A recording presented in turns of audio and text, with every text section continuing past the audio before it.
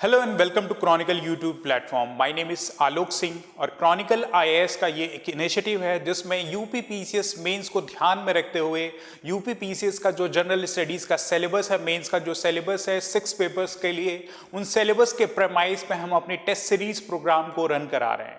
इस प्रोग्राम में हम सिलेबस के की पिलर्स के प्रेमाइज पे ऑन अ डेली बेसिस जो है क्वेश्चंस को प्रैक्टिस करते हैं। जो भी थीमेटिक क्वेश्चन पास्ट में यूपी पीसीएस कमीशन ने पूछा है उसके प्रेमाइज पे हम फर्दर क्या क्वेश्चन आ सकते हैं उनको सिलेबस के हर एक पिलर के अकॉर्डिंग डिजाइन करके प्रैक्टिस करते हैं।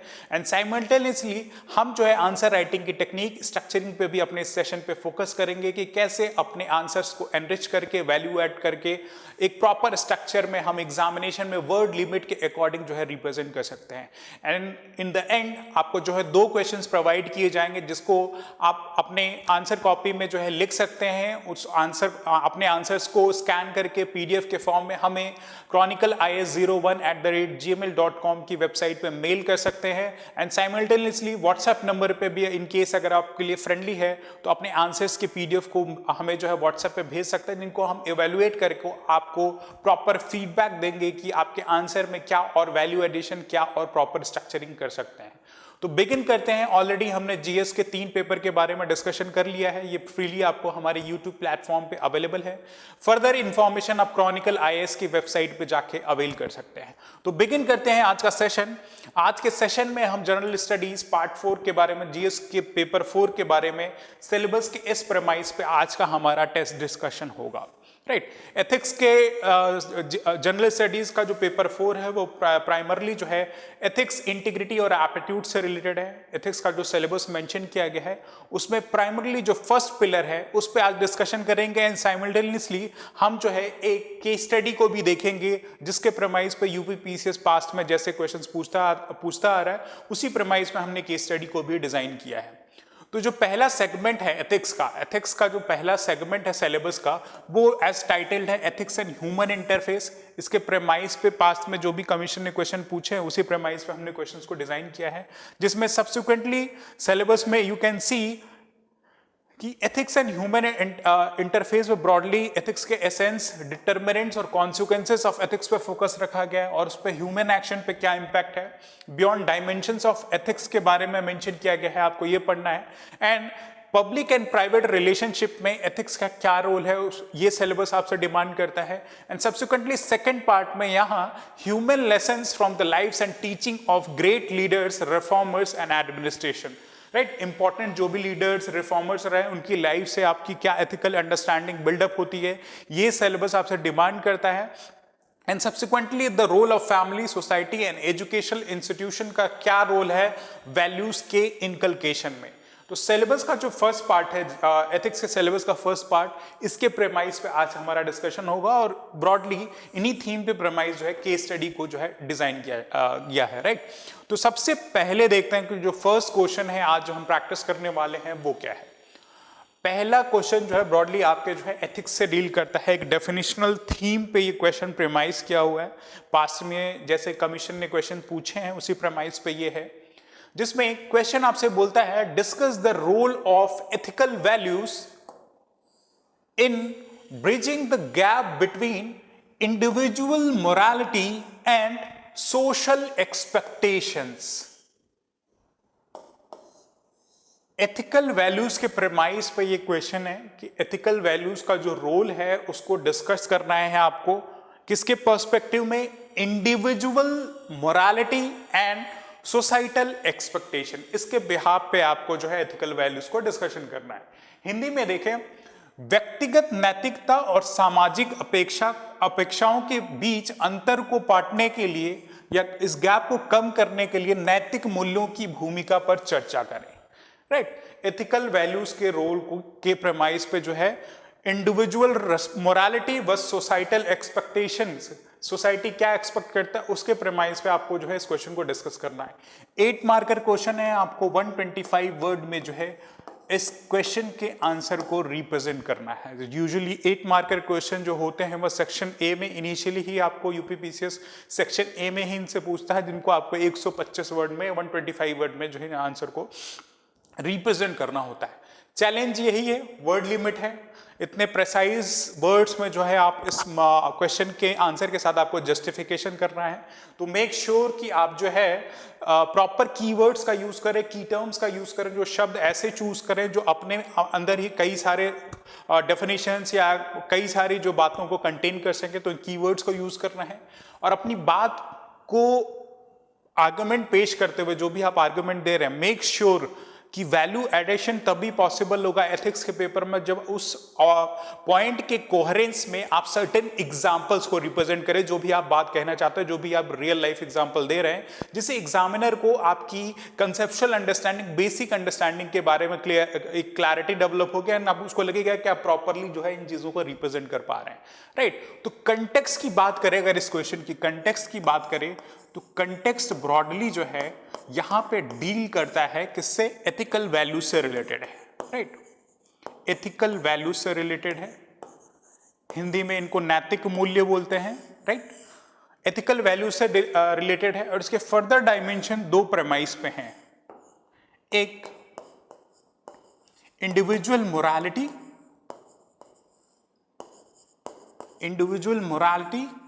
एंड सेकेंड जो कंपोनेंट है वो है सोसाइटल एक्सपेक्टेशन, राइट। ब्रॉडली इन्हीं के प्रेमाइस पे क्वेश्चन जो है डिजाइन किया गया, और इसमें जो हिंट आपको दिया गया है कि इन दो पिलर्स पे जो एथिकल वैल्यू है एक ब्रिज का काम करता है, जो भी इन दोनों के बीच में गैप है उसके लिए जो एथिकल वैल्यूज है ब्रिज का काम करता है। ये आपको डिस्कस करना है, ये आपको बताना है कि कैसे ये एक ब्रिज का काम करता है, राइट। तो एक कंटेक्सचुअल अंडरस्टैंडिंग हमने देख ली कि कंटेक्स्ट किस प्रेमाइस पे बेस्ड है। नाउ जब हम अपने आंसर्स को बिगिन करेंगे, जब हम अपना मॉडल आंसर बिगिन करेंगे, तो वही सूटेबल स्ट्रक्चर है, introduction, body along with conclusion, इसी पे आपको रखना है अपने मॉडल आंसर को। और क्योंकि 125 वर्ड दिया है, तो मेक श्योर कि आप पॉइंट के फॉर्मेट में ज्यादा रिलायबल इनपुट्स अपने मॉडल आंसर में दे सकते हैं, एंड सब्सटैंशियल जो भी आप पॉइंट लिखें उसका एक ब्रीफ एग्जांपल समराइज फॉर्म में अगर आप रिप्रेजेंट करें, तो देयर इज हाई प्रोबेबिलिटी कि आपका आंसर बहुत ही वैल्यू एडेड एंड एनरिच होगा। वो देखते हैं कैसे है। एंड सेकेंड और एक चीज है, अगर कुछ ऐसे एथिकल थ्योरीज के बारे में क्वेश्चन आ रहा है, तो आपने मोरल फिलोसफर्स जो एथिक्स के सिलेबस में मेंशन है, उन मोरल फिलोसफर्स की किसी भी कोर थ्योरी से, राइट, एरिस्टोटल, प्लेटो, राइट, इनके या जॉन रॉल्स की सोशल जस्टिस थ्योरी, इन थ्योरीज से अगर ये थीम कहीं भी लिंक्ड है, तो मेक श्योर आप इन मोरल फिलोसफर्स को अपने आंसर्स में इंटरप्रेट करें या डिकोड करें या उनके बारे में रेफरेंस दें, ताकि आपकी एक जो है डिसिप्लिनरी या एकेडमिक अंडरस्टैंडिंग भी इन मॉडल आंसर में रिफ्लेक्ट होगी। वो हम देखेंगे अभी कि कैसे इनको वो कर सकते हैं। फॉर द टाइम बिंग, अगर आप इंट्रोडक्शन का प्रेमाइस अपना बिल्ड कर रहे हैं, इंट्रोडक्शन का जो प्रेमाइस बिल्ड कर रहे हैं वो किस बिहाफ पे करेंगे। अब जो इंट्रोडक्शन हम लिखेंगे वो क्या होगा, क्वेश्चन में स्ट्रेट फॉरवर्ड आपसे बोला गया है कि एथिकल वैल्यूज जो हैं इंडिविजुअल मोरल जो रेस्पॉन्स, इंडिविजुअल मोरालिटी जो है और सोशल एक्सपेक्टेशन के बीच में एक ब्रिज की तरह काम करता है, राइट। तो आप बेसिकली अपने इंट्रोडक्शन में या तो ये डिफाइन कर सकते हैं डेफिनेशन बेस्ड अप्रोच में कि आखिर एथिकल वैल्यूज होती क्या हैं, राइट। एथिकल वैल्यूज होती क्या हैं, कुछ की टर्म्स या एग्जांपल्स आप लिख सकते हैं कि एथिकल वैल्यूज क्या होती हैं, एंड सब्सटैंशियली जो क्वेश्चन का स्टेटमेंट है उससे आप उसको लिंक कर सकते हैं, राइट। ज्यादा आप डिस्कशन नहीं कर सकते क्योंकि 125 वर्ड का है, तो मेक श्योर कि 20 से 30 वर्ड में आपका इंट्रोडक्शन जो है फिनिश हो जाए। तो you can write ethical values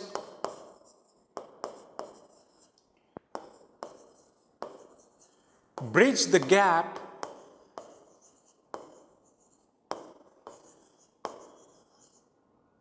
between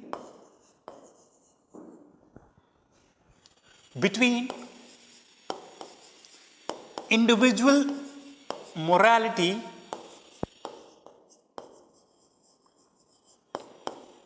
and societal expectations using the frameworks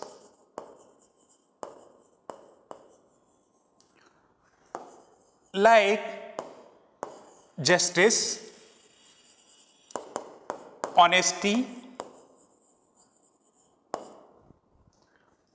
compassion and empathy, right.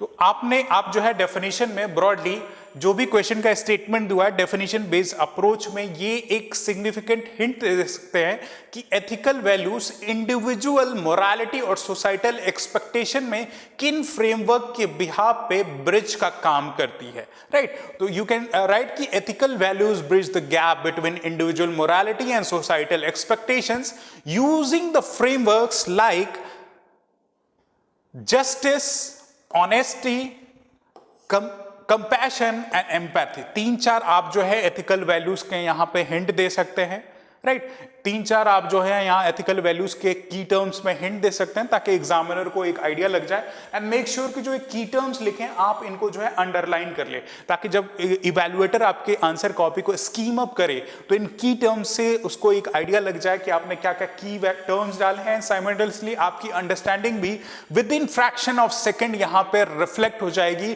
कि आपने एथिकल वैल्यूज का रेफरेंस यहाँ पे दे दिया है कि इन कोर प्रेमाइस पे ये इंडिविजुअल मोरालिटी और सोसाइटल एक्सपेक्टेशन जो है ब्रिज अप होते हैं, राइट। इस कोर प्रेमाइस पे आप जो है ये डेफिनेशन दे सकते हैं, या फिर अगर मोरल फिलोसफर्स की ये डेफिनेशन बेस्ड इंट्रोडक्शन के बियॉन्ड अगर आप किसी मोरल फिलोसफर को भी कोट करके, राइट, एथिक्स के अगर ऐसे कुछ क्वेश्चंस जो आ रहे हैं उनमें अगर मोरल फिलोसफर्स को भी अगर कोट कर दें, जस्ट फॉर एग्जांपल एक सेकेंड पर्सपेक्टिव से आप अपने इंट्रोडक्शन को कैसे रिप्रेजेंट कर सकते हैं, राइट। पहला एक तो डेफिनेशन बेस्ड है एंड सेकंड ये अप्रोच जो आप उसमें इंटीग्रेट कर सकते हैं according to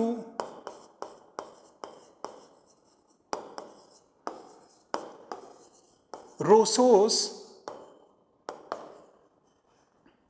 social contract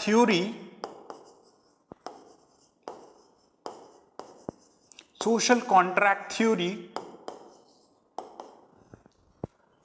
harmony in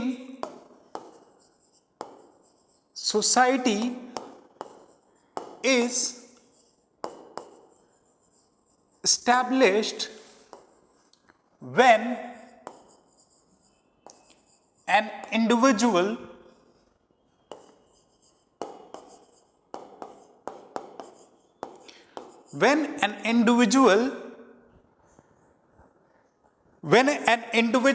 willingly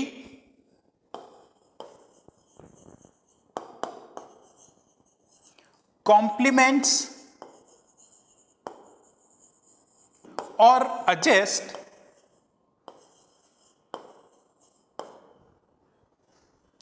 his rights with larger societal benefits, right। तो एक डेफिनेशन बेस्ड अप्रोच में आप यहां पे डाल सकते हैं एक मोरल फिलोसफर जो है आपके ये रूसो जो है जिन्होंने सोशल कॉन्ट्रैक्ट थ्योरी दी थी, इनका रेफरेंस आप देख सकते हैं कि सोशल कॉन्ट्रैक्ट थ्योरी में बेसिकली प्रोपाउंड किया गया है। सोशल कॉन्ट्रैक्ट थ्योरी में क्या प्रोपाउंडेड है, जैसे हम एक इंडिविजुअल हैं, इस कंट्री के सिटीजन्स हैं, राइट। हम क्या करते हैं, वोट करते हैं अपने गवर्नमेंट को और ये एक्सपेक्ट करते हैं कि जो गवर्नमेंट हमारे बिहाफ पे लेजिस्लेट करेगी, जो हमारे राइट्स हैं, जो हमारे डिमांड्स हैं, उन पे जो है गवर्नमेंट लॉ लेके आएगी, बिल लेके आएगी और हमारे इंडिविजुअल राइट्स को प्रोटेक्ट करेगी, राइट। हमारी एक्सपेक्टेशन है, राइट। हमारी एक्सपेक्टेशन हमारे पॉलिटिशियंस, हमारे लेजिस्लेटर्स है। और इन टर्न हम क्या करते हैं कि जो भी लॉज बनाए जाएंगे एक पूरी सोसाइटी के लिए, राइट, उस लॉ को हम इक्वली जो है उसका पालन करेंगे, उसका ओबीडियंस करेंगे, राइट। ऐसा नहीं कि अगर हम किसी को चाहते हैं, कोई लॉ अगर बनाया गया related to the safety of a life, किसी लाइफ की सेफ्टी के लिए अगर लॉ लेके आया गया कि इसको मर्डर करके, इसको किसी इंडिविजुअल का मर्डर करना एक कल्पिटेबल, एक पनिशेबल ऑफेंस है, राइट। तो हम उस चीज को, बात को ना माने, जो लॉ सबके लिए बनाया गया है वो हमारे लिए भी बनाया गया, इक्वली एप्लीकेबल है। तो हमारे और गवर्नमेंट के बीच में क्या है, एक कॉन्ट्रैक्ट स्टैब्लिश हुआ है कि हम अपने पावर्स को, अपने कुछ राइट्स या कुछ ऐसे चीजों को सरेंडर करेंगे और जो भी लॉ बनाए जा रहे हैं उनको कॉम्प्लीमेंट करेंगे। तो यहां पे क्या हो रहा है, इंडिविजुअल मोरालिटी और सोशल एक्सपेक्टेशन जो है दोनों के बीच में एक कोहेरेंस बन रहा है। वही जो है रोसो की सोशल कॉन्ट्रैक्ट थ्योरी जो है आपकी जो है प्रोपाउंड करती है। तो इस पर्सपेक्टिव से भी अपने इंट्रोडक्शन को आप लिख सकते हैं, राइट। जो भी क्वेश्चन की यहां डिमांड है कि ethical values in pursuance of individual morality और सोशल एक्सपेक्टेशंस। तो इंडिविजुअल की जो इंडिविजुअल मोरालिटी है जो हमने यहां डाला, राइट, इंडिविजुअल जो मोरालिटी है उसको वो क्या कर रहा है, एडजस्ट कर रहा है, कॉम्प्लीमेंट कर रहा है सोसाइटी के बेनिफिट, सोसाइटी के एक्सपेक्टेशन से। तो इंट्रोडक्टरी पार्ट में हम इसके मॉडल आंसर को ऐसे दो डिफरेंट अप्रोचेस से रिप्रेजेंट कर सकते हैं। दोनों ही अप्रोच बेटर है, लेकिन क्योंकि कॉम्पिटिटिव एग्जामिनेशन थोड़ा हमें डिफरेंस या एज क्रिएट करना है, तो जो भी आपको बेनिफिशियल लगे, यहां पे आपकी जो है सब्जेक्टिव एकेडमिक नॉलेज रिफ्लेक्ट हो रही है। एंड फर्स्ट पार्ट में आपने एग्जाम्पल्स या की टर्म्स का यूज करके अपनी जो बेसिक अंडरस्टैंडिंग है उसको जो है रिफ्लेक्ट कर लिया है, राइट। अब आते हैं कोर जो डिमांड ऑफ द क्वेश्चन है। इंट्रोडक्शन तो हमने दे दिया, एथिकल वैल्यूज को समझा लिया कि कैसे एथिकल वैल्यूज जो है इंडिविजुअल मोरालिटी और सोशल एक्सपेक्टेशंस में हेल्प करती हैं, राइट। अब हम सेकंड जो है अपने बॉडी ऑफ द आंसर में हेडिंग डाल सकते हैं, हेडिंग डाल सकते हैं role of ethical values, right. पूरा लिखने की जरूरत नहीं है क्योंकि हमारे पास paucity of a time in examination होता है। तो role of ethical values in bridging the gap between individual morality and societal expectations के बारे में हमें बताना है। तो फर्स्ट पॉइंट पे हम क्या डाल सकते हैं, क्या एथिकल वैल्यूज इंडिविजुअल मोरालिटी और सोशल एक्सपेक्टेशन में हेल्प करती हैं। तो फर्स्ट पॉइंट हम डाल सकते हैं justice. Justice in what sense, एक हेडिंग डाल के हम जस्टिस का एक्सपेक्टेशन डाल सकते हैं कि जस्टिस इंश्योर्स फेयरनेस, जस्टिस जो है फेयरनेस को इंश्योर करता है, justice ensures fairness and ensures harmony, right, ensures harmony. For example, अब यहां पे हम एक एग्जाम्पल देंगे कि कैसे ये हम अपने पॉइंट को रिप्रेजेंट कर रहे हैं। For example reservation policy, for example reservation policy, जहां पे जो marginalize section of the society हैं उनको इंटरेस्ट में ध्यान में रखते हुए रिजर्वेशन पॉलिसी को लाया गया है, राइट। लेकिन एक चैलेंज यहां पे ये भी है कि जो मेरिटोरियस स्टूडेंट हैं या जो मेरिटोरियस जो भी इंडिविजुअल्स हैं उनके राइट्स को भी इक्वली प्रोटेक्ट किया जाए, उनके राइट्स को भी इक्वली प्रोटेक्ट किया जाए। तो यहां पे क्या है, इंडिविजुअल एक्सपेक्टेशंस, राइट, जो कि हम मेरिटोरियस हैं, हमारी तो इंडिविजुअल जो ये कैपेबिलिटी है, हम तो मेरिटोरियस स्टूडेंट है, एग्जाम में इतने मार्क्स स्कोर कर रहे हैं, लेकिन सर्टेन पार्ट एक सोसाइटी में हार्मोनी बनी रहे, राइट। तो रिजर्वेशन जैसा कंसेप्ट का आइडिया लेके आया गया ताकि एक बैलेंस बना रहे, राइट, और फेयरनेस रहे सोसाइटी में, राइट। तो इन अ ब्रॉडर टर्म जो है सोसाइटी में फेयरनेस रहे। तो affirmative actions like reservation policy, right, affirmative actions like reservation policy ensures protection of marginalize section, ये हम डाल सकते हैं marginalize section, and simultaneously balancing it with merit system, right. Reservation system में सर्टेन परसेंटेज ऑफ सीट ही maximum, जैसे supreme court का judgment है 50% सीट्स ही रिजर्व रहेंगी। 50% सीट्स के बियॉन्ड अगर रिजर्वेशन होता है तो वो एक नेगेटिव कंसेप्ट या नेगेटिव आइडिया हो जाएगा, सुप्रीम कोर्ट ने टाइम एंड अगेन बोला है।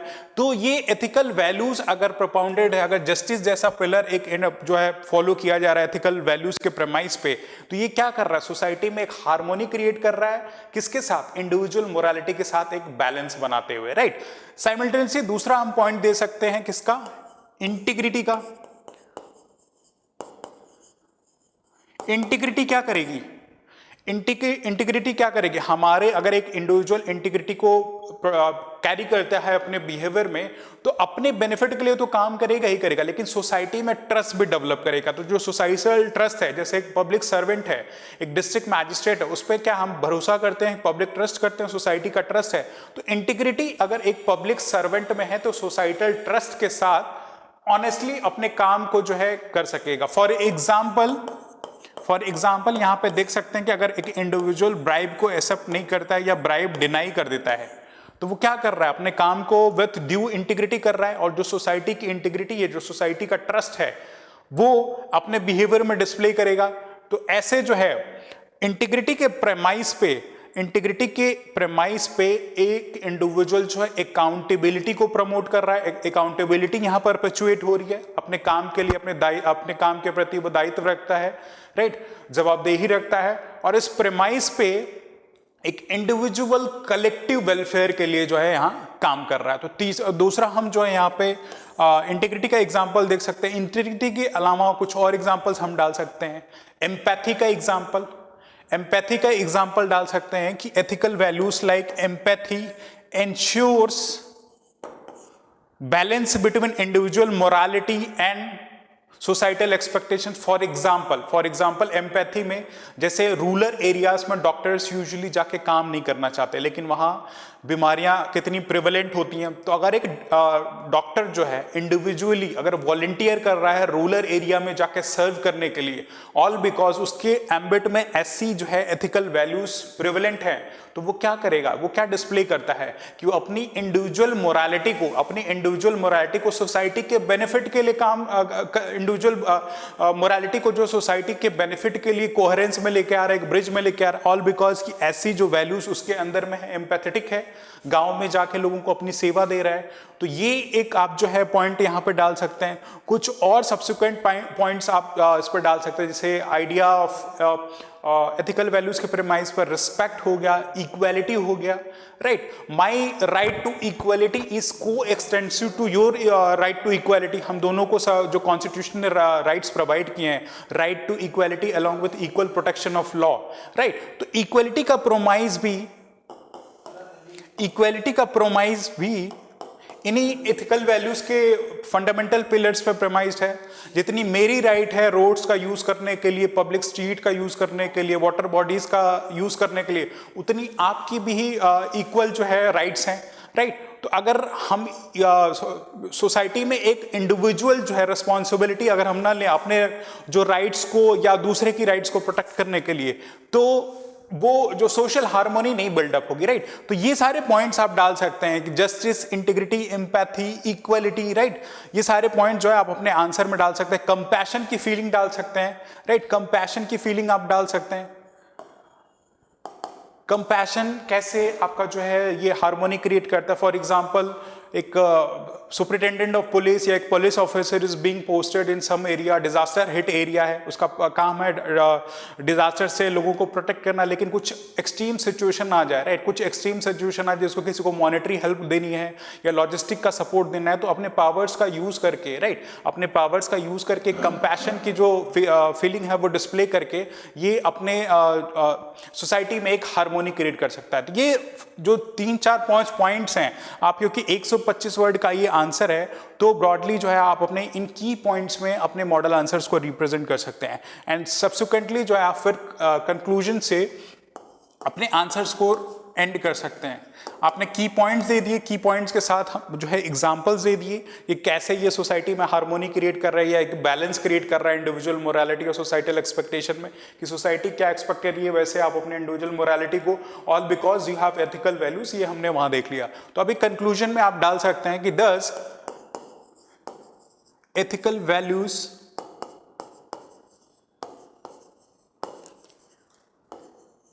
acts as an moral anchor in preserving or protecting the harmony in the society, right? Harmony in the society. तो ऐसे पॉजिटिव नोट पे आप अपने बॉडी के कंक्लूजन को जो है एंड कर सकते हैं, शॉर्ट प्रिसाइज, क्योंकि 125 वर्ड में तो हार्डली 10 से 20 वर्ड में आप अपने जो इंट्रोडक्शन को मेक श्योर करें कि एंड कर सकते हैं, राइट। और कुछ और की टर्म्स अगर यहाँ पर डालें, जबकि परपोचुएटिंग हार्मोनी के साथ साथ कॉपरेशन है, म्यूचुअल रेस्पेक्ट है, राइट, कॉर्पोरेशन, म्यूचुअल रेस्पेक्ट, तो ऐसे की टर्म्स अगर आप अपने मॉडल आंसर्स में डालें, राइट, की टर्म्स डालें। मोरल फिलोसफर जो हमने अभी डिस्कस किया, रोसो की सोशल कॉन्ट्रैक्ट थ्योरी इस थीम से बहुत ही सिमिलर थी, उसको अगर लिंक करके रिप्रेजेंट किया अलॉन्ग विथ एग्जांपल्स, तो आंसर आपका well rich and rich represented होगा, राइट।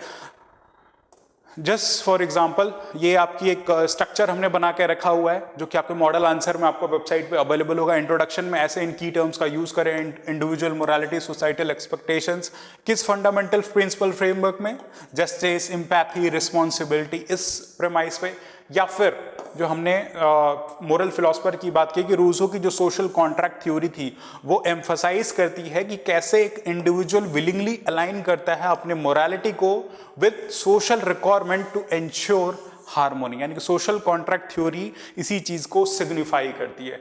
तो दोनों ही अप्रोचेस क्वाइट बेटर हैं। आई बिलीव कि सेकंड वाले अप्रोच से और डिफरेंशिएट कर सकते हैं अपने मॉडल आंसर्स को at compare to your friend और योर पेयर ग्रुप, राइट। तो this is the first question, और ये पॉइंट्स आप अपने जो है बॉडी ऑफ द आंसर में दे सकते हैं कि जस्टिस जो है फेयरनेस को इंश्योर करता है, जिसमें अपना हम पर्सनल बिलीफ सिस्टम जो है उसको हार्मोनाइज करते हैं, उसको कॉम्प्लीमेंट या एडजस्ट करते हैं एज पर जो सोसाइटल नॉर्म्स। एग्जाम्पल में रिजर्वेशन डाल सकते हैं, subsequent integrity, empathy, compassion, respect, equality, ये सारे जो आप एग्जाम्पल के साथ इनको लिंक करके ब्रीफली आप एग्जाम्पल डालें, राइट। ब्रीफली ऐसे की टर्म्स का यूज करके एफर्मेटिव एक्सेंट्स लाइक रिजर्वेशन, ऐसे करके आप यूज जो है अपने 125 वर्ड में अपने आंसर को कंक्लूड कर सकते हैं। एंड एंड में जो अपने कंक्लूजन को विद कीवर्ड्स एक पॉजिटिव नोट में एंड करके इसके आंसर को ड्यूली रिप्रेजेंट किया जा सकता है। Now proceeding with the next question. Next question देखते हैं क्या है। तो question reads as explain the concept of ethical relativism in the context of human values. यहां पे एक term based, terminology based question है। डायरेक्ट ऐसे कमीशन से या यूपीएससी में वैसे क्वेश्चन पूछे जाते हैं कि एथिकल रिलेटिविज्म से आप क्या समझते हैं इन the context of human values. And subsequent second part of the question, how can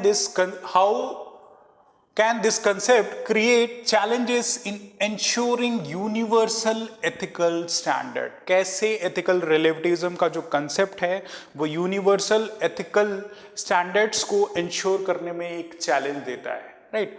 Hindi में देखें, मानवीय मूल्यों के संदर्भ में नैतिक सापेक्षावाद के सिद्धांत को समझाएं।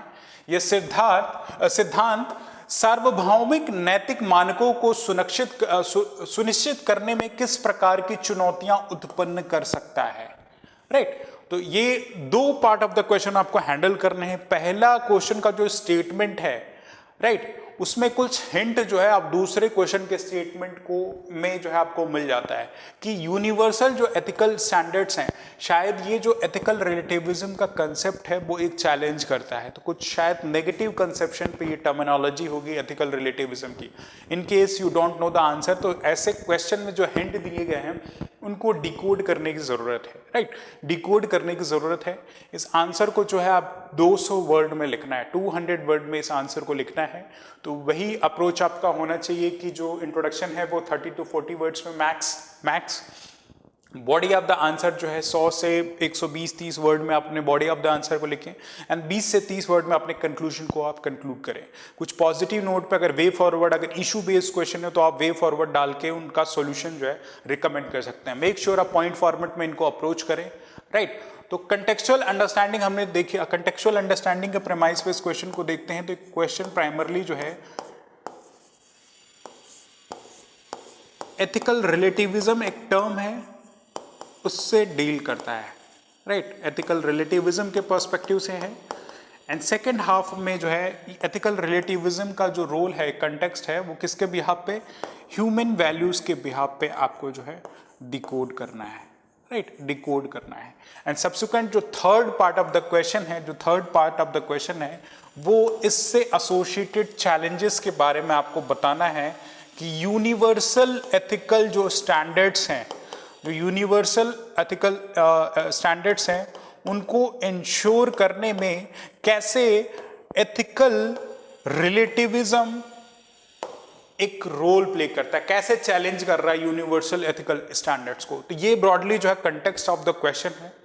अब इंट्रोडक्शन में जो है आपको अपने कंटेक्चुअल अंडरस्टैंडिंग को बताना है, जिसमें जो की टर्म है उनको आपको डिकोड करना है, राइट। तो यहाँ पे जो की टर्म्स हैं वो एथिकल रिलेटिविज्म है और ह्यूमन वैल्यूज हैं, राइट। तो जो कंटेक्चुअल अंडरस्टैंडिंग होगी वो आपके इंट्रोडक्शन ऑफ द आंसर में जो है उसका कंटेंट फ्लो होना चाहिए, राइट। तो प्राइमरली यहाँ पे जो है आप एथिकल रिलेटिविज्म के बारे में अपने इंट्रोडक्शन में उसको सिग्निफाई कर सकते हैं, राइट। इंट्रोडक्शन में आप जो है एथिकल रिलेटिविज्म के बारे में सिग्निफाई कर सकते हैं, जिसमें आप एक कंपैरिजन बेस कर सकते हैं ह्यूमन वैल्यूज के साथ उसको लिंक करके। जैसे you can write ethical relativism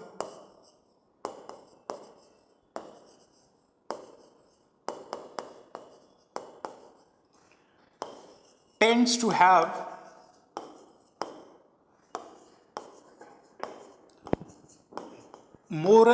a moral compass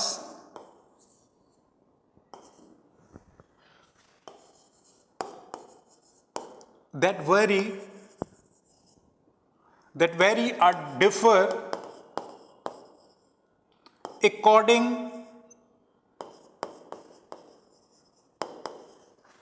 to contextual backgrounds like culture, region और for that matter religion, right। तो एथिकल रिलेटिविज्म जो है डिफर करता है, जो इसकी मोरल गाइडलाइंस है, जो मोरल कंपास हैं, वो डिफर करता है अकॉर्डिंग टू द कंटेक्स्ट। और वो कंटेक्स्ट क्या है? कल्चर। एक कल्चर में किसी चीज को जो है एक्सेप्टेबिलिटी बोली गई कि ये चीज सही है, दूसरे कल्चर में उसको एक्सेप्ट नहीं किया गया कि ये सही है। बियॉन्ड टेम्पोरल अगर स्केल पे देखा जाए तो हिस्टोरिकल पर्सपेक्टिव से कुछ चीजें सही थी, just for example slavery at एक टाइम पे जो है सही माना जाता था, या अभी भी certain part of the region में स्लेवरी जैसी प्रैक्टिसेस अगर की जा रही हैं तो वहां पे सही मानी जाती हैं। एंड सब्सिक्वेंटली अगर वर्ल्ड के अलग रीजन्स में या हमारे यहाँ ही इंडिया में ही देखें तो स्लेवरी जैसे इश्यूज जो अनएथिकल माने जाते हैं। तो जो एथिकल रिलेटिविज्म है, राइट, एथिकल रिलेटिविज्म जो है इसमें एक सब्जेक्टिविटी है, यहाँ पे कुछ भी एब्सोल्यूट नहीं है, there is nothing absolute when it comes to ethical relativism. यहाँ पे सब्जेक्टिविटी है, और सब्जेक्टिविटी किस बिहाफ पे? कंटेक्स्ट के बिहाफ में, कल्चर के बिहाफ में चीज़ें डिफर कर सकती हैं, हिस्ट्री के बिहाफ पे, हिस्टोरिकल टाइमलाइन के हिसाब से जो है चीज़ें डिफर कर सकती हैं। जैसे यहाँ पे आप एक एग्जाम्पल ऐड कर सकते हैं, for example practices like polygamy, right. Practices like polygamy जो है कई सारे कल्चर्स में इनको जो है एक्सेप्ट किया गया। एक इंडिविजुअल की कई सारी वाइफ हो सकती हैं, राइट। ये चीज़ें कुछ कल्चर्स में जो है एक्सेप्टेड है, लेकिन आप नॉर्मल अगर हमें इंडिया के बारे में ये देखें तो एक इंडिविजुअल की एक ही वाइफ होती है, यूजुअली ये एक्सेप्टेड नॉर्म है, इसमें कुछ गलत नहीं माना जाता, लेकिन कुछ जगह पे जो है ये डिफर करता है। तो कल्चर के बिहाफ पे जो डिफरेंसेस हैं उन्हीं को ब्रॉडली जो है एथिकल रिलेटिविज्म बोलते हैं, जस्ट फॉर सेकंड पार्ट ये आपका जो है ब्रॉडली जो है इंट्रोडक्शन हो जाएगा कि आखिर एथिकल रिलेटिविज्म क्या होता है, right. Ethical relativism in the context of human values क्या है यहाँ पे, वो सेकंड पार्ट है जो हमारा बॉडी ऑफ द आंसर है, उसमें हमारा जो एथिकल रिलेटिविज्म का जो टर्म है वो फ्लो होगा, right. Body of the answer में आपके जो है आप हेडिंग डाल सकते हैं ethical relativism in context of human values, right. तो उसमें आप हिंट देख जो अपने बॉडी ऑफ द आंसर में आप जो कंटेंट लिख सकते हैं उसमें ये सिग्निफाई कर सकते हैं कि there is nothing absolute there's nothing absolute or universal in ethical relativity, hence human values like honesty, equality, transparency and कुछ और जैसे कंपैशन, अलग अलग आप ह्यूमन वैल्यूज जो हैं उनका एग्जाम्पल रेफर कर सकते हैं कि there's nothing absolute or universal in ethical relativity, hence values like honesty, equality, transparency and compassion are not universally applicable,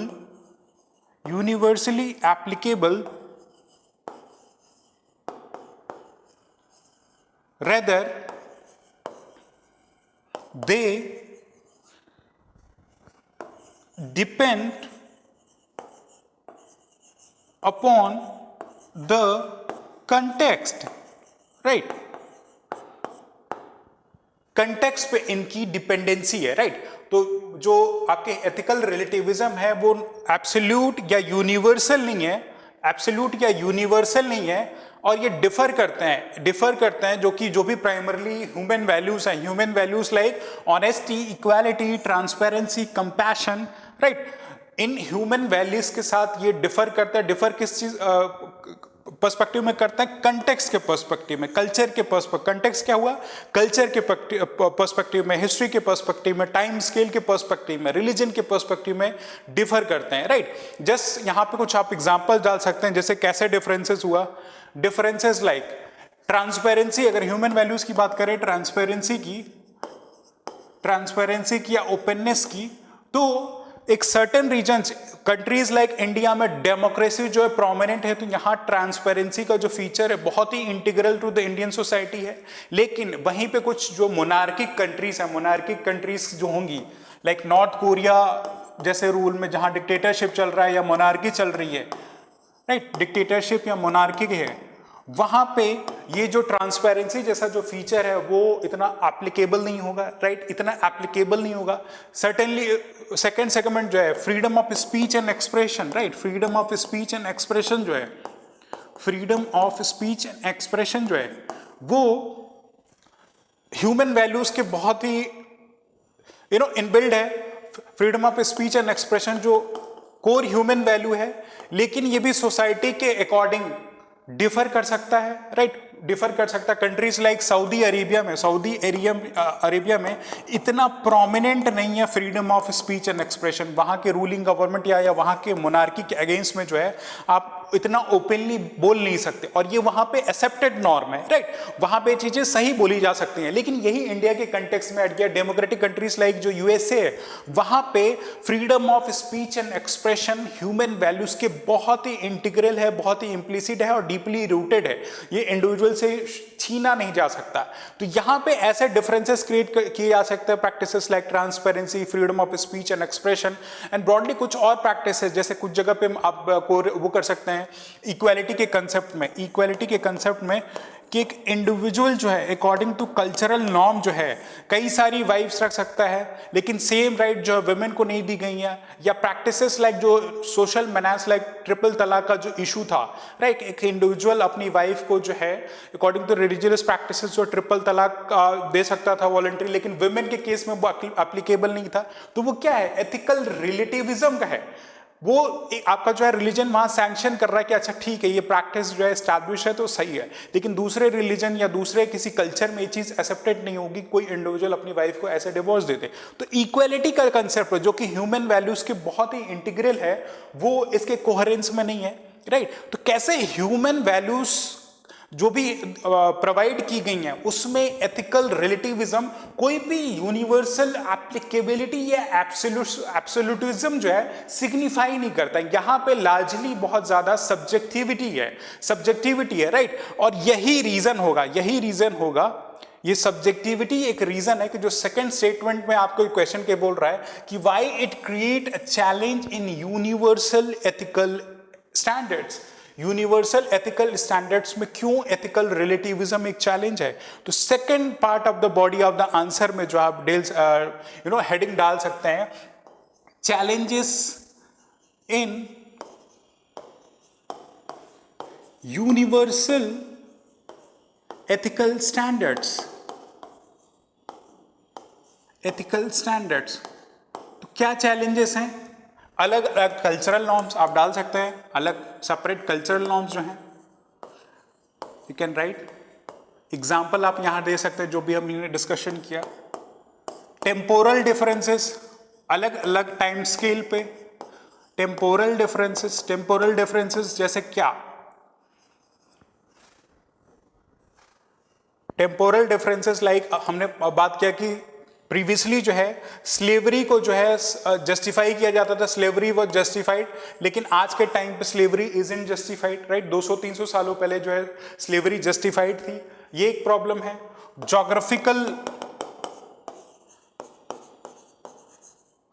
geographical gap या बहुत ज्यादा डिफरेंसेस अगर हों, राइट, जैसे इंडिया की लोकेशन यूएसए से या ऑस्ट्रेलिया से काफ़ी डिफर करती है, तो यहाँ पे जो कल्चरल नॉर्म्स हैं, जो एथिकलिटी है, जैसे पहले क्या था, लिव इन रिलेशनशिप या शादी के बगैर विदाउट मैरिज एक मेल और फीमेल एक साथ जो है इंडिया में जो है एक रिलेशनशिप में नहीं रह सकते थे, एक्सेप्टेबिलिटी नहीं थी। लेकिन ये वेस्टर्न नेशन में लिव इन जो रिलेशन कल्चर है जो आज के टाइम पे इंडिया में भी रिकॉग्नाइज कर लिया, प्रोमिनेंट नहीं था। तो क्या है, ऐसे जोग्राफिकल डिफरेंसेस की वजह से भी बहुत सारे कल्चरल नॉर्म्स जो है आपके डेवलप हुए, राइट। तो ये भी एक चैलेंजेस है। बिसाइड्स ग्लोबल कोऑपरेशन का जो इशू है कि ग्लोबली सब एक दूसरे से बहुत ही डिफर करते हैं, अलग कल्चरल अलग नॉर्म, ये एक बहुत ज़्यादा चैलेंज क्रिएट होता है क्योंकि लार्जली हम जो है अपने एथिकल स्टैंडर्ड्स को इनके कंटेक्चुअल के प्रेमाइस पे भी डिराइव करते हैं। तो ग्लोबल कोऑपरेशन भी कहीं ना कहीं challenges to the universal ethical standard जो है बिल्ड होता है। तो ऐसे आप जो है क्वेश्चन की जो दोनों डिमांड है कि एथिकल रिलेटिविज्म का जो रिलेशनशिप है ह्यूमन वैल्यूज के कंटेक्स्ट में वो क्या है, तो आप बता सकते हैं कि ह्यूमन वैल्यूज जो हैं उनकी यूनिवर्सलिटी पे जो है ये एथिकल रिलेटिविज्म एक क्वेश्चन मार्क लेके आता है, सब्जेक्टिविटी क्रिएट करता है, कुछ जगह पे सही बताता है, कुछ जगह पे कोई चीज गलत बताता है। डेट्स कंटेक्चुअल डिफरेंस ज्योग्राफी के बिहाफ पे, कल्चर के बिहाफ पे, रीजन के बिहाफ पे, रिलीजन के बिहाफ पे। तो ये आप जो है अपने बॉडी ऑफ द आंसर में दे सकते हैं। और इंट्रोडक्शन में ब्रीफली आप जो है एथिकल रिलेटिविज्म के बारे में सिग्निफाई कर सकते हैं। तो ऐसे अपने आप जो है आंसर को इन की पॉइंट्स को डाल के जो है रिप्रेजेंट कर सकते हैं, राइट। यू कैन सी ये जो इंट्रोडक्शन कैसे आप प्रेमाइज करेंगे कि ethical relativism is the belief that moral values are relative. Moral values जो है रिलेटिव हैं, जो हमने अभी डिस्कशन किया, एब्सोल्यूट नहीं है। Moral values are relative to different cultures, society और इंडिविजुअल्स। कल्चर के बिहाफ पे, सोसाइटी के बिहाफ या एक इंडिविजुअल जो अपने थॉट प्रोसेस में रखता है उसके बिहाफ पे जो मोरल वैल्यूज हैं वो डिफर कर रही हैं, रिलेटिव है, and they are not absolute. It also suggests that what is right or wrong depends on the cultural context or personal belief. Personal belief और कल्चरल कंटेक्स्ट के बिहाफ पे ये जो है डिफर करता है। जैसे पॉलीगैमी का हमने जो इशू यहाँ पे दे दिया कि in some cultures it is considered as ethical while in some cultures it is considered as unethical. एक एग्जांपल दे दिया, इंट्रोडक्शन में ये डाल दिया, तो दैट सिग्निफाइज कि आप जो है इंट्रोडक्शन में आपकी फाउंडेशनल जो कंसेप्चुअल अंडरस्टैंडिंग है वो बेटर है और उसकी एप्लीकेबिलिटी भी विद एग्जांपल आप एग्जामिनर को यहाँ पे कन्वे करने में प्रिपेयर्ड दिख रहा है, राइट। एंड सेकेंड पार्ट जो है एथिकल रिलेटिविज्म और ह्यूमन वैल्यूज में क्या रिलेशनशिप है, तो उस पर हमने सिग्निफाई कर दिया कि human values such as justice, honesty and fairness are not universally applicable. They may vary depending on history, religion and social context of the society.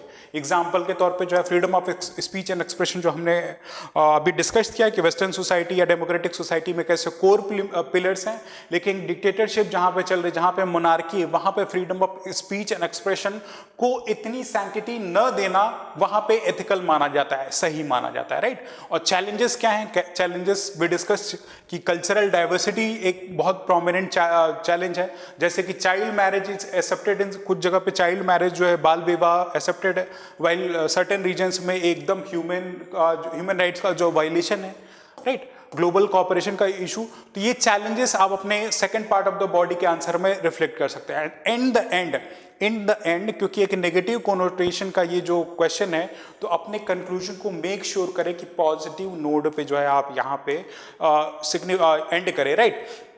Positive node पे जो है सिग्निफाई करे, that is while ethical relativism values cultural diversity. इसको थोड़ी हम इज्जत दे देते हैं कंक्लूजन में कि जो कल्चरल डाइवर्सिटी को जो है एथिकल रिलेटिविज्म वैल्यू करता है, but it creates significant challenges in establishing consistent and moral standards, particularly in the realm of human rights and global governance, right. तो एक पॉजिटिव नोट पे एक हमने फर्स्ट हाफ में डाला और उसके इम्पैक्ट जो अपने कंक्लूजन में ब्रॉडली जो भी हमने बातें की हैं उसका एक समराइज रिफ्लेक्शन अपने कंक्लूजन में दे दिया है।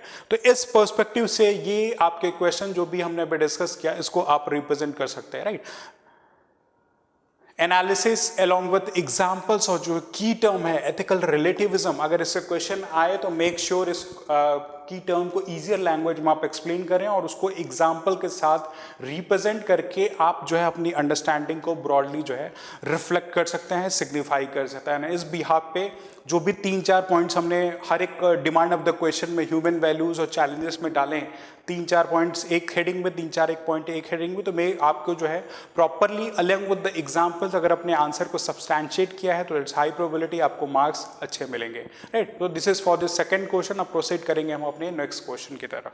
नाउ प्रोसीड करते हैं नेक्स्ट क्वेश्चन पे। नेक्स्ट क्वेश्चन प्रोमिनेंटली जो है सिलेबस का premise ethics in public administration, more specific ethics in civil services पे प्रेमाइज्ड है। स्ट्रेट फॉरवर्ड क्वेश्चन है, लेकिन इसको आंसर करना with due example and substance is a big challenge. और इसको जो है आप 200 वर्ड में जो है इस मॉडल आंसर को आपको रिप्रेजेंट करना है। तो देखते हैं क्वेश्चन क्या है। Question speaks as discuss the role of ethics in managing balance between private interest and public responsibility in civil services.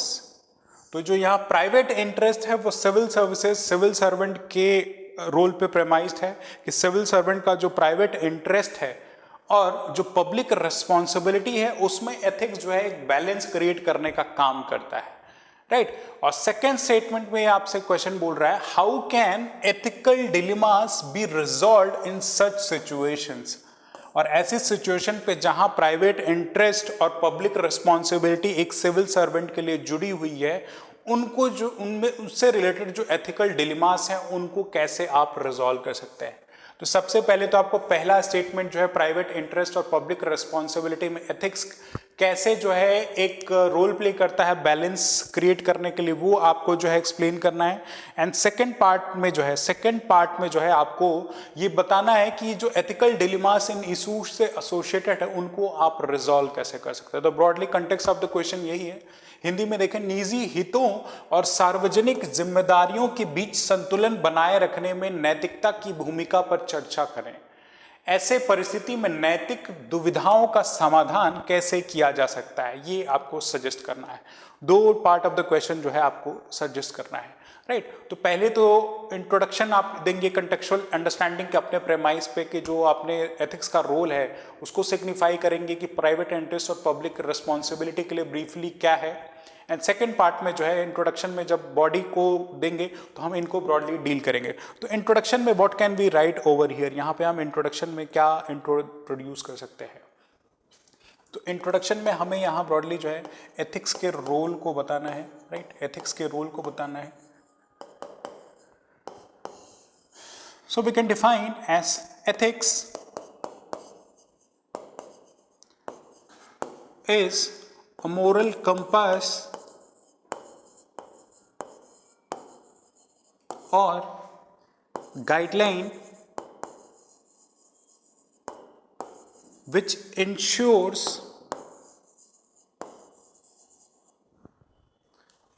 a civil servant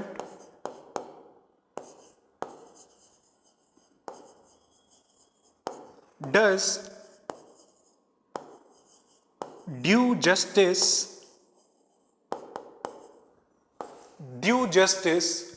in balancing individual interests with public responsibility, such as displaying honesty or transparency in case of issues like conflict of interest,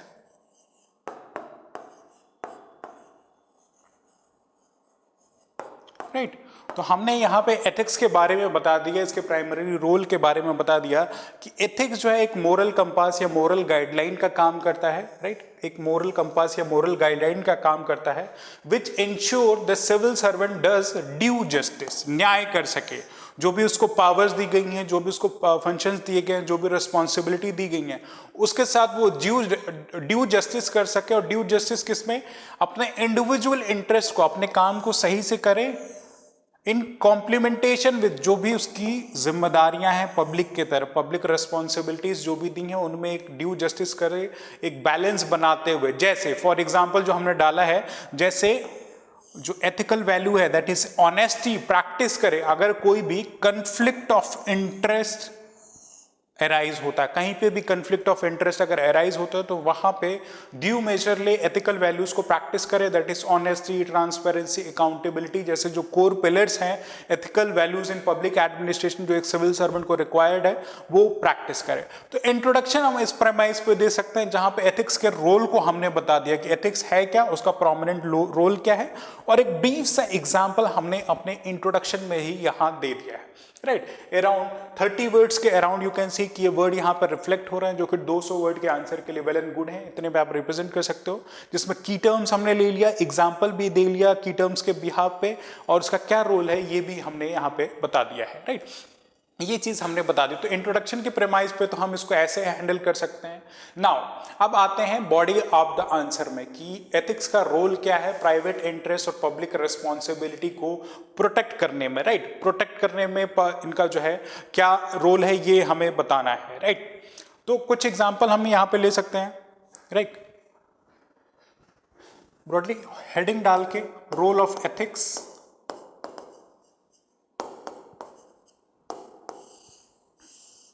role of ethics में आप जो भी ethical values एक civil servant से required हैं उनको की points में आप डाल सकते हैं। इश्यूज लाइक ऑनेस्टी, एथिक्स का एक इंपॉर्टेंट रोल है कि ऑनेस्टी जो है इंडिविजुअल करे, ऑनेस्टी खुद के साथ भी, और जो सोशल रिस्पॉन्सिबिलिटीज उसको दी गई हैं वो।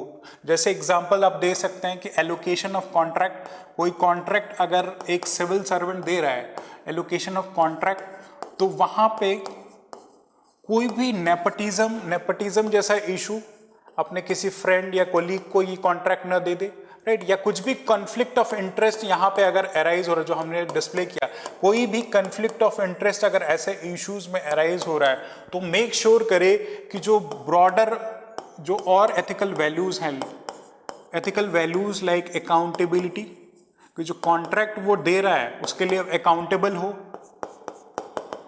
जो भी कॉन्ट्रैक्ट दिया जा रहा है वो एक ट्रांसपेरेंट मैकेनिज्म से दिया जाए, ट्रांसपेरेंट मैकेनिज्म से दिया जाए। तो ट्रांसपेरेंसी जो भी एथिकल वैल्यूज के लिए एक कोर फंडामेंटल रिक्वायरमेंट है, ये एथिकल वैल्यू एक सिविल सर्वेंट के लिए, राइट। ट्रांसपेरेंसी का इशू, मेरिट के बिहाफ पे कॉन्ट्रैक्ट दिया जाए राइट जैसे फॉर एग्जांपल 2G एलोकेशन की अगर हम बात करें, जिसमें सुप्रीम कोर्ट ने बोला था यहाँ कुछ भी जो है जो एलोकेशन किया गया था वो जितना प्रिज्यूम्ड इकोनॉमिक वैल्यू उसके कहीं बिलो किया गया था।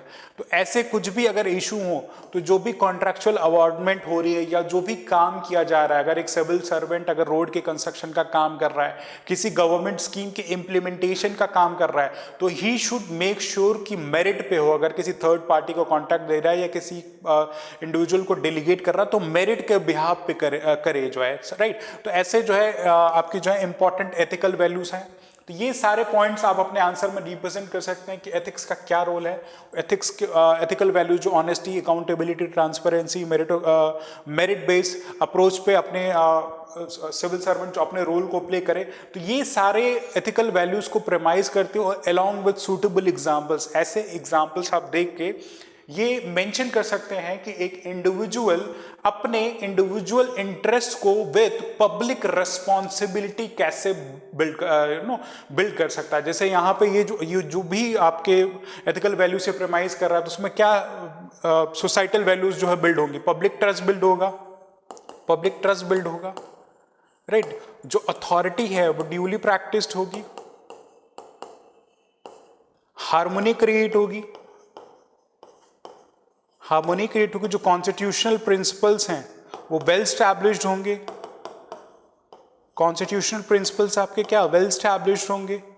तो ये सारे जो एथिकल वैल्यूज हैं, एथिकल वैल्यूज जो सिविल सर्वेंट के लिए एक अवेलेबल है, एक मोरल गाइडलाइन की तरह सर्व करते हैं, उनको अगर एक सिविल सर्वेंट ड्यूली प्रैक्टिस करे, राइट, एक ड्यूली प्रैक्टिस करे तो जो उसकी सोशल रिस्पॉन्सिबिलिटी और इंडिविजुअल नीड्स के बीच में एक प्रॉपर बैलेंस क्रिएट हो सकता है, राइट।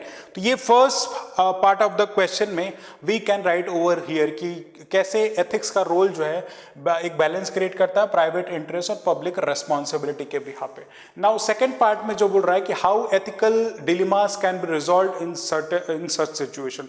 तो यहाँ पे एथिकल डिलेमा आप क्या सिग्निफाई करेंगे, एथिकल डिलेमा में आप क्या सिग्निफाई कर सकते हैं। एथिकल डिलेमा में यू कैन कोट कि एथिकल डिलेमा कब एराइज होता है, एथिकल डिलेमा होता क्या है।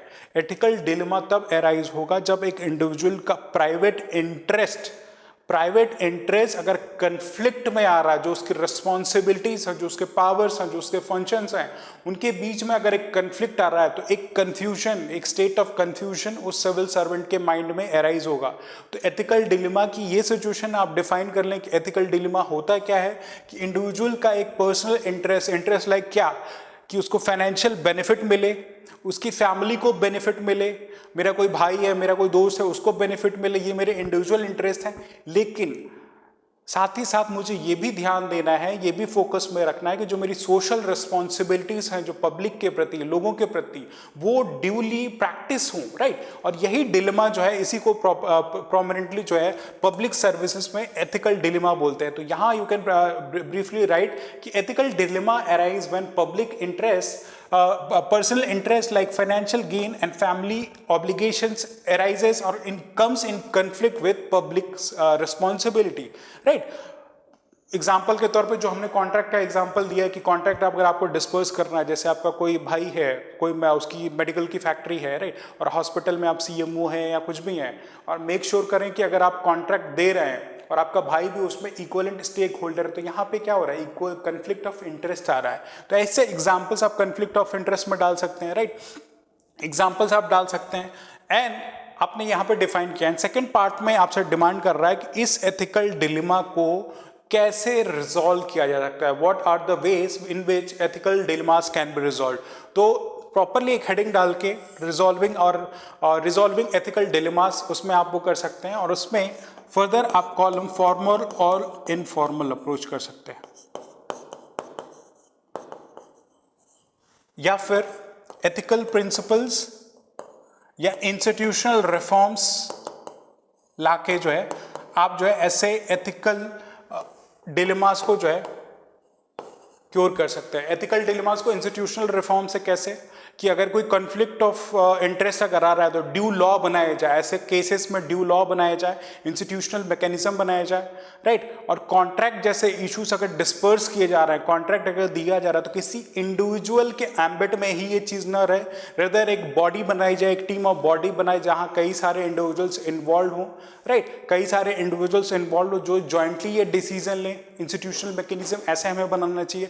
एंड ब्रॉडली जो एथिकल प्रिंसिपल्स हैं, जो एथिकल प्रिंसिपल्स हैं वो तो एक मोरल गाइडलाइन है ही कि ऐसे डिलेमा को प्रिवेंट करने के लिए जो मैकेनिज्म है उसको ट्रांसपेरेंट बनाया जाए, अकाउंटेबल मैकेनिज्म बनाया जाए, जो प्रैक्टिस की जाए, जो सिविल सर्वेंट जो अपने सर्विसेज को विद ड्यू इम्पार्शियलिटी के अप्रोच पे जो है प्रैक्टिस करे, राइट। तो ये एथिकल प्रिंसिपल्स को वो कर सकता है। और इन केस अगर कुछ कंफ्लिक्ट ऑफ इंटरेस्ट अराइज होता है तो उसकी मोरल अकाउंटेबिलिटी बनती है कि वो जाके इसको डिस्क्लोज करे, जो भी उसके सीनियर्स हैं या जो भी अथॉरिटी है उसको ड्यूली जो है ये इस चीज को इन्फॉर्म करे, ताकि कुछ ड्यू मैकेनिज्म ले जाए, उसके साथ उसके बिहाफ पे ये ऑनेस्टी डिस्प्ले होनी चाहिए।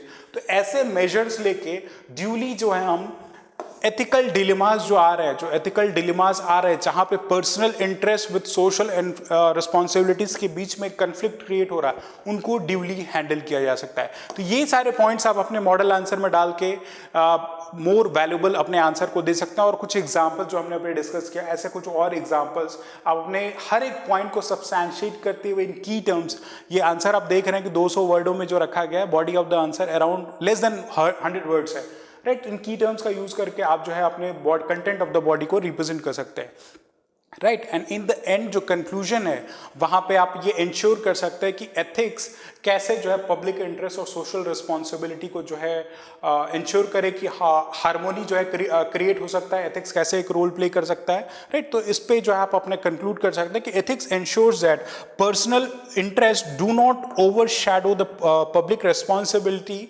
And adherence to the ethical guidelines help civil servants resolving dilemma and maintaining the integrity of the public services, right। तो ऐसे 20-30 वर्ड में अपने आंसर को आप जो है कंक्लूड कर सकते हैं एक पॉजिटिव नोट पे, कैसे एथिक्स इन सिविल सर्विसेज एक मोरल गाइडलाइन सर्व करता है एक सिविल सर्वेंट के लिए। तो this is for this question, जिसमें दोनों सेगमेंट को आप प्रॉपरली ऐसे हैंडल कर सकते हैं विद ड्यू पॉइंट। इंट्रोडक्शन में आप ऐसे की टर्म्स का यूज कर सकते हैं एंड बॉडी में कंटेंट के साथ एग्जाम्पल का मेक श्योर करें कि आप कुछ रेलेवेंट एग्जाम्पल्स हैं जिससे आपका आंसर जो है सब्सटैंशिएट दिखे।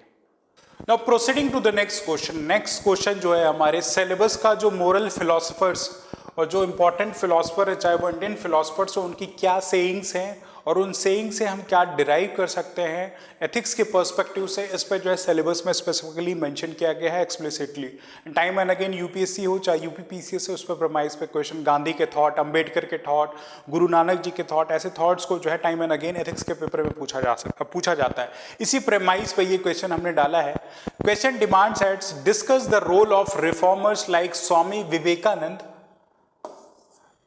and his ethical teachings in shaping the responsibility and integrity in public administration, right। तो जो भी स्वामी विवेकानंद के जो भी मोरल थॉट था, जो भी उनकी सेइंग्स थी, जो भी उनकी टीचिंग्स थी, उन थॉट्स का या उन टीचिंग्स का क्या रोल है, क्या इंपॉर्टेंस है पब्लिक एडमिनिस्ट्रेशन में with perspective of shaping social responsibility and integrity, ये हमसे क्वेश्चन डिमांड कर रहा है। हिंदी में देखें, स्वामी विवेकानंद जैसे सुधारकों की भूमिका और उनके नैतिक उपदेशों पर चर्चा करें जो सार्वजनिक प्रशासन में सामाजिक जिम्मेदारी और ईमानदारी को आकार देने में सहायक रहे हैं, राइट। तो फाउंडेशनल प्रेमाइस स्ट्रेट फॉरवर्ड आपका जो है स्वामी विवेकानंद की मोरल टीचिंग से एसोसिएटेड है। एंड स्वामी विवेकानंद की जो मोरल टीचिंग्स हैं उनका रिलेशनशिप जो है पब्लिक एडमिनिस्ट्रेशन में एथिक्स के पर्सपेक्टिव से आपको जो है डिकोड करना है कि स्वामी विवेकानंद जी ने जो भी कहा है उससे जो पब्लिक एडमिनिस्ट्रेशन के जो एथिक्स हैं वो कैसे उनका फाउंडेशनल प्रेमाइज जो है बिल्ड करता है। तो core context of the question this is that, right. तो इस बिहाफ पे हम जो है अपने कंटेक्चुअल अंडरस्टैंडिंग को अपने बॉडी ऑफ द आंसर में इंट्रोडक्शन के पर्सपेक्टिव से कैसे रिप्रेजेंट करेंगे, क्योंकि ये 125 वर्ड का एक क्वेश्चन है। तो मेक श्योर आपका introduction as time and again repeated 20 word से ज़्यादा, 20-30 वर्ड से ज़्यादा ना हो, राइट. तो here we can introduce as Swami Vivekananda. Swami Vivekananda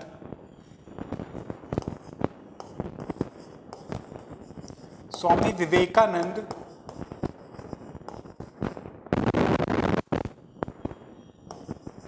call for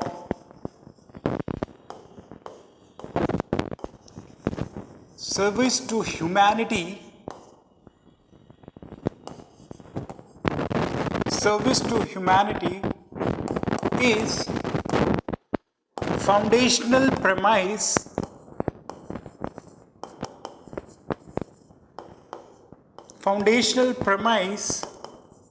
for ethics in public administration,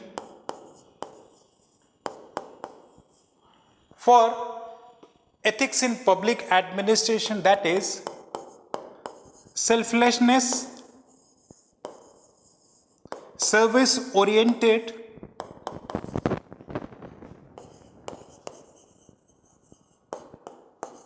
and empathy.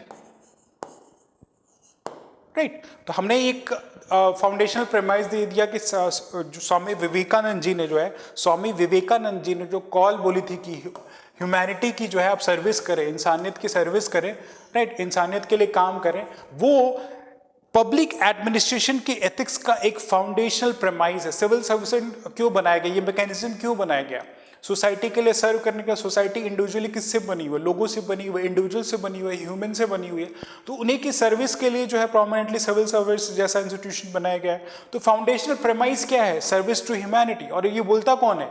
स्वामी विवेकानंद. तो Swami Vivekananda call for service to humanity is the foundational premise for ethics in public administration. Foundational premise broader और उसको extrapolate कर सकते हैं, जैसे selfishness की भावना, बिना किसी मोटिव के काम करना, राइट. सर्विस ओरिएंटेशन और एम्पैथी का जो कोर फाउंडेशनल प्रेमाइस है, उसके बिहाफ पे स्वामी विवेकानंद जी की जो टीचिंग्स है वो प्राइमरली ये सिग्निफाई करती हैं कि पब्लिक एडमिनिस्ट्रेशन में इनको जो है इम्प्लिसिट करना चाहिए. तो इंट्रोडक्शन के बिहाफ पे हम यहाँ इसको रिप्रेजेंट कर सकते हैं कि कैसे रिफॉर्मर्स लाइक स्वामी विवेकानंद और उनकी जो भी एथिकल टीचिंग्स हैं वो शेप कर रही हैं सिविल सर्विसेज को या पब्लिक एडमिनिस्ट्रेशन में इंटीग्रिटी को, राइट. फिर सेकंड आप जो है बॉडी ऑफ द आंसर में कोर पॉइंट्स में आ जाएंगे, क्योंकि 125 वर्ड में आप जो है इसको रिप्रेजेंट करना है, तो कोर पॉइंट्स आप डिस्प्ले कर सकते हैं. जैसे स्वामी विवेकानंद कॉल फॉर ह्यूमैनिटी, तो कंपैशन का पर्सपेक्टिव आप रिफ्लेक्ट कर सकते हैं कि उनकी टीचिंग से हम कंपैशन की जो है फीलिंग डेवलप करते हैं. सेकंड लॉजिक एंड रीजनिंग का भी पर्सपेक्टिव था. उनकी टीचिंग्स के बिहाफ पे किसी चीज़ पे जो है आप ब्लाइंड बिलीफ ना रखें, उसको जो है क्रिटिकली एनालाइज करें. तो लॉजिकल रीजनिंग है कि अगर आप पब्लिक एडमिनिस्ट्रेशन में कोई काम कर रहे हैं तो विद ड्यू लॉजिक जो है उसका इम्प्लीमेंटेशन होना चाहिए और बेनिफिट किसके लिए जाएगा, कैसे जाएगा, ये आपको properly as an civil servant आपसे एक्सपेक्टेड होता है कि ये आपको रिकग्नाइज हो. कल्चरल होमोजेनाइजेशन की बात की गई थी, या कल्चरल सेंसिटिविटी पे फोकस किया था, या कल्चरल रेस्पेक्ट की बात की थी स्वामी विवेकानंद जी ने जो है, राइट. यूनिवर्सलिटी पे उनका फोकस था. सेकुलरिज्म जैसे इश्यूज को जो है उन्होंने जो है ऑल्दो रिलीजियस बिलीफ्स रखते थे, लेकिन उनका जो है यूनिवर्सलिटी पे फोकस था कि इन चीज़ों पे ध्यान रखना चाहिए, राइट. इंडिविजुअल के होलिस्टिक डेवलपमेंट पे उनका फोकस था, होलिस्टिक डेवलपमेंट पे फोकस था. तो पब्लिक एडमिनिस्ट्रेशन जैसे इशू डोमेन में होलिस्टिक डेवलपमेंट एक सिविल सर्वेंट का होना बहुत ही जरूरी है, ताकि वो ड्यू जस्टिस कर सकते हैं सोसाइटी के लिए. लीडरशिप पे उनका फोकस था, लीडरशिप के साथ साथ एम्पावरमेंट पे, राइट। लीडरशिप के साथ साथ लीडरशिप एंड एम्पावरमेंट पे एम्फेसिस था। एंड सिविल सर्विसेज जो है इट्स ऑल अबाउट लीडरशिप, कि आप कितनी इफेक्टिविटी के साथ जो है अपने सर्विसेज को जो है एक्सटेंड कर रहे हैं अपने जूनियर्स के साथ या अपने सीनियर्स के साथ, आप कैसा एक इफेक्टिव रिलेशनशिप जो है एस्टैब्लिश करते हैं। तो इन कोर फाउंडेशनल प्रेमाइज पे जो है स्वामी विवेकानंद की जो भी टीचिंग्स हैं वो हमें जो है हेल्प करती है। इनको ब्रॉडली जो आप एक्स्ट्रापोलेट कर सकते हैं कुछ की पॉइंट्स विद एग्जांपल्स यहाँ पे डाल के, ताकि आपका जो पॉइंट है वो सब्सटैंशिएट हो सके, राइट, सब्सटैंशिएट हो सके। तो इंट्रोडक्शन के साथ साथ ये पॉइंट्स आप डाल सकते हैं कि आपकी जो है कल्चरल सेंसिटिविटी क्या करती है, डाइवर्सिटी और सोशल हार्मोनी क्रिएट करेगी, राइट। और होलिस्टिक डेवलपमेंट अगर एक इंडिविजुअल का हो रहा तो उसकी जो है मटेरियलिस्टिक के साथ साथ, मटेरियलिज्म के साथ साथ स्पिरिचुअल डेवलपमेंट भी हो रही है।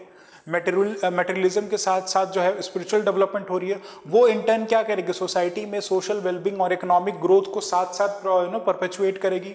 इंटीग्रिटी की जो फोकस था कि स्वामी विवेकानंद का कि इंडिविजुअल जो है ट्रूथफुल और ऑनेस्ट होना चाहिए, जो कि कोर फाउंडेशनल प्रेमाइज है, कोर फाउंडेशनल प्रेमाइज है ब्रॉडली जो है एथिक्स इन पब्लिक एडमिनिस्ट्रेशन के लिए पूरा मैकेनिज्म को जो है ट्रांसपेरेंट होना चाहिए।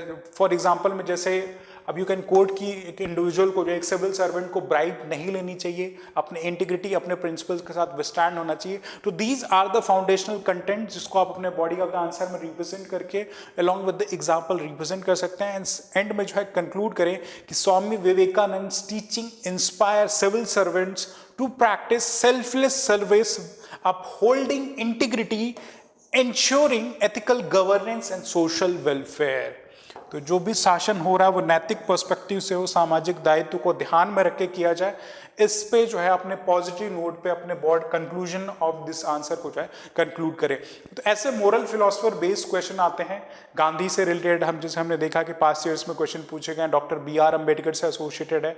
तो मेक श्योर कि जब भी आप प्रिपरेशन करें तो जो मोरल फिलोसफर्स के जो टॉपिक हैं, जो भी इंपॉर्टेंट 10 के अराउंड जो इंडियन फिलोसफर्स एटलीस्ट उनको आप वेल प्रिपेयर करें। और ऐसे की टर्म्स डाल के जो भी यहाँ हमने डाला है उनको कोरिलेट करके आप अपने आंसर को अलॉन्ग विद द एग्जांपल जो है एक्स्ट्रापोलेट कर सकते हैं। अब जो है एंड में हम एक केस स्टडी देखेंगे। केस स्टडी देखेंगे, यूपी पीसीएस में quite short and precise case studies होते हैं, उनके कोर डायमेंशंस पे देखेंगे कैसे इन केस स्टडीज को आप जो है हैंडल कर सकते हैं। तो प्रोसीड करते हैं नेक्स्ट क्वेश्चन की तरफ।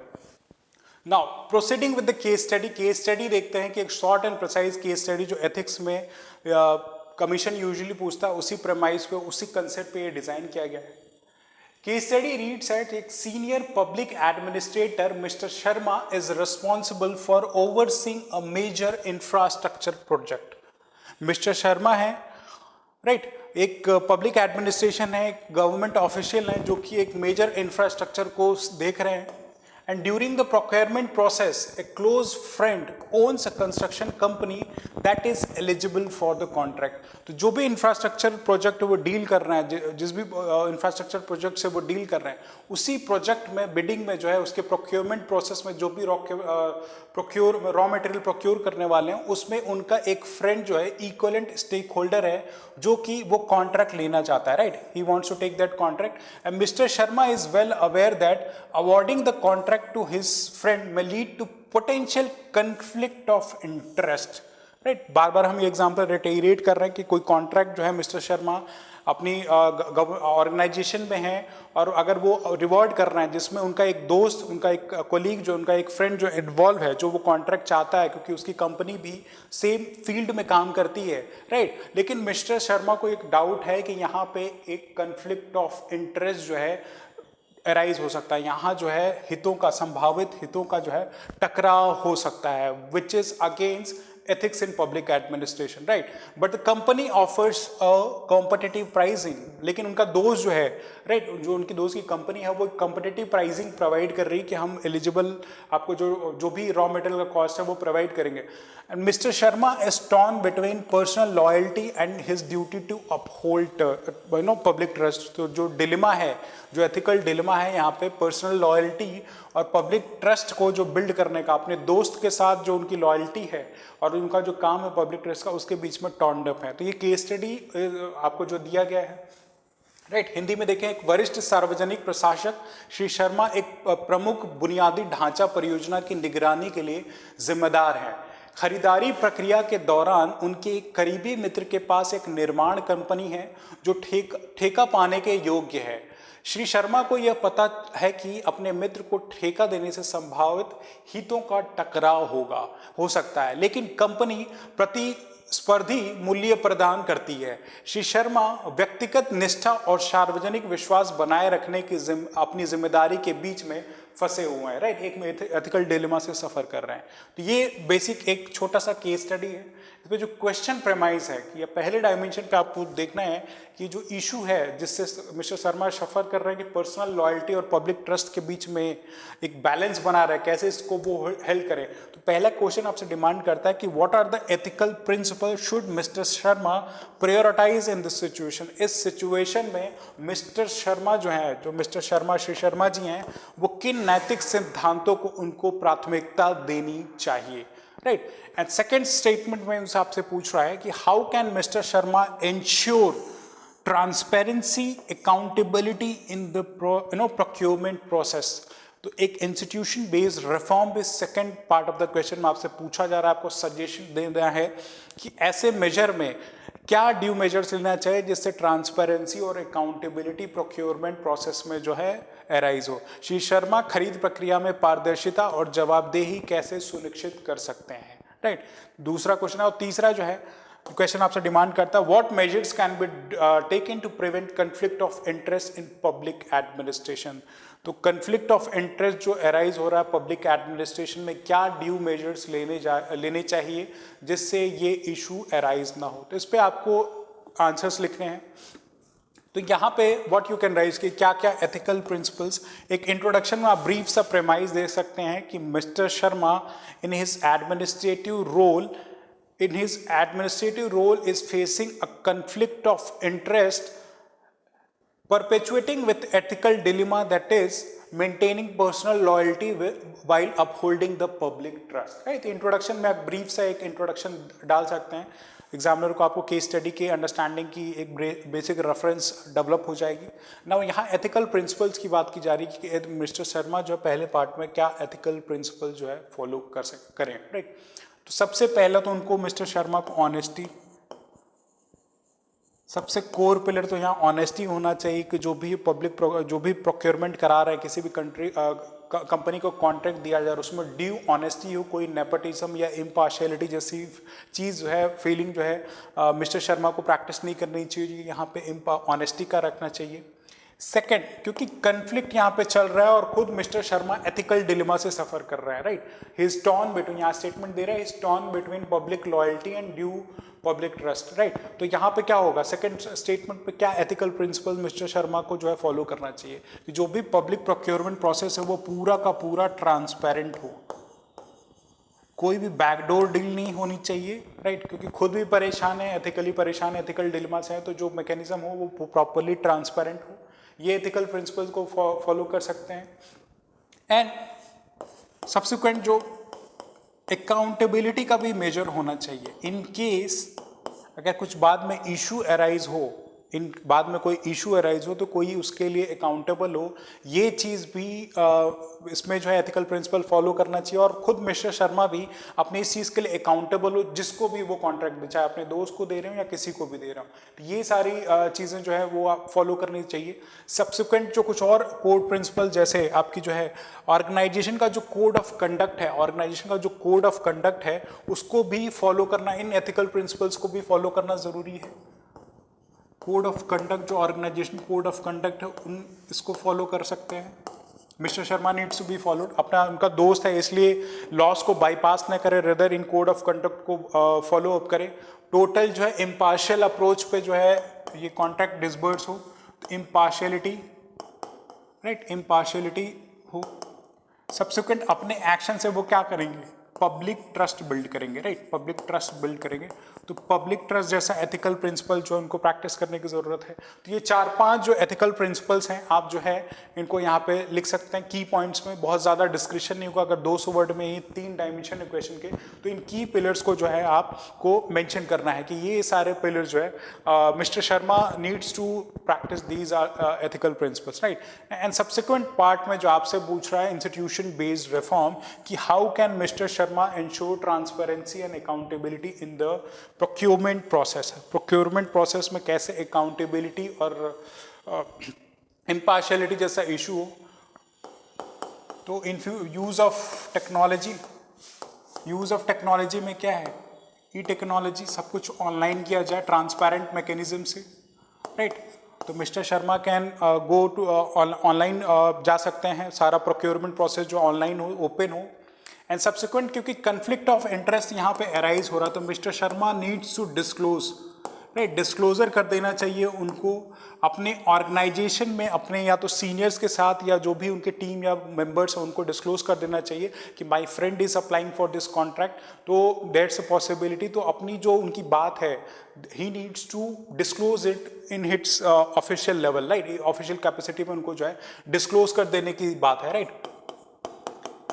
बियॉन्ड कुछ और मेजर्स की एक इंडिविजुअल सिर्फ उसके लिए रिक्वायर्ड न रहे, जैसे हमने अभी डिस्कशन किया, रदर बोर्ड ऑफ मेंबर्स हो, एक बोर्ड ये चीज डिसाइड करे, प्रॉपर जो भी प्रोक्यूरमेंट हो रहा है उसका डॉक्यूमेंटेशन हो, ऑन पेपर हो, सारे प्रोज एंड कॉन्स, सारे मेरिट, सारी कॉस्टिंग जो है उनका प्रॉपर डॉक्यूमेंटेशन हो, ये पॉइंट्स हम डाल सकते हैं, राइट। एंड बियॉन्ड दैट जो भी आपकी चीजें हुई हैं उनका हम यहाँ पे पब्लिक एसेस भी रख देंगे कि पब्लिक प्रॉपर्टी है तो गवर्नमेंट ऑफिशियल को ओपन होना होता है कि जो भी प्रोक्यूरमेंट किया गया है वो ट्रांसपेरेंट मैकेनिज्म है, तो पब्लिक एसेस भी इनका होना जरूरी है।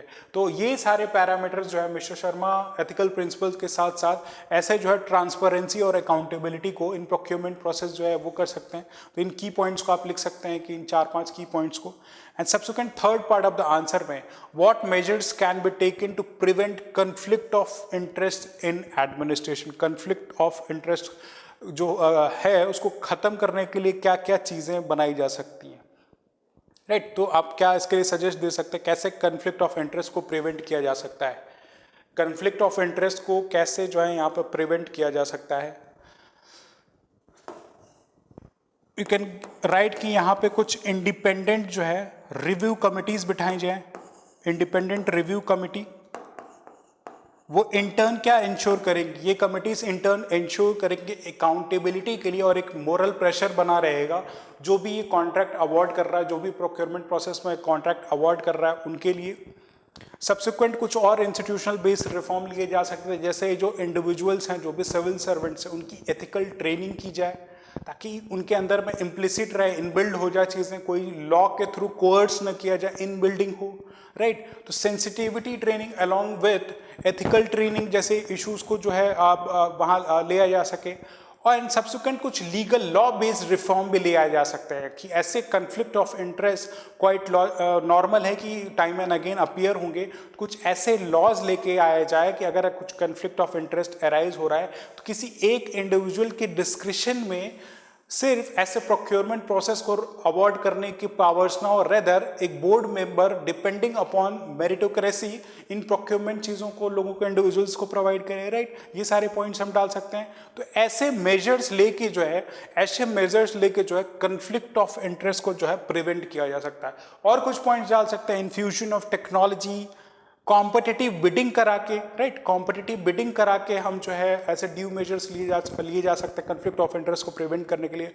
ऑलरेडी कुछ रेलेवेंट एग्जांपल है जैसे कोल ब्लॉक का एलोकेशन हुआ या गैस का जो आपकी जो एनजीसी ऐसे गैसेस के ब्लॉक्स का एलोकेशन है वो क्या है, कॉम्पिटिटिव बिडिंग के थ्रू की जा रही है।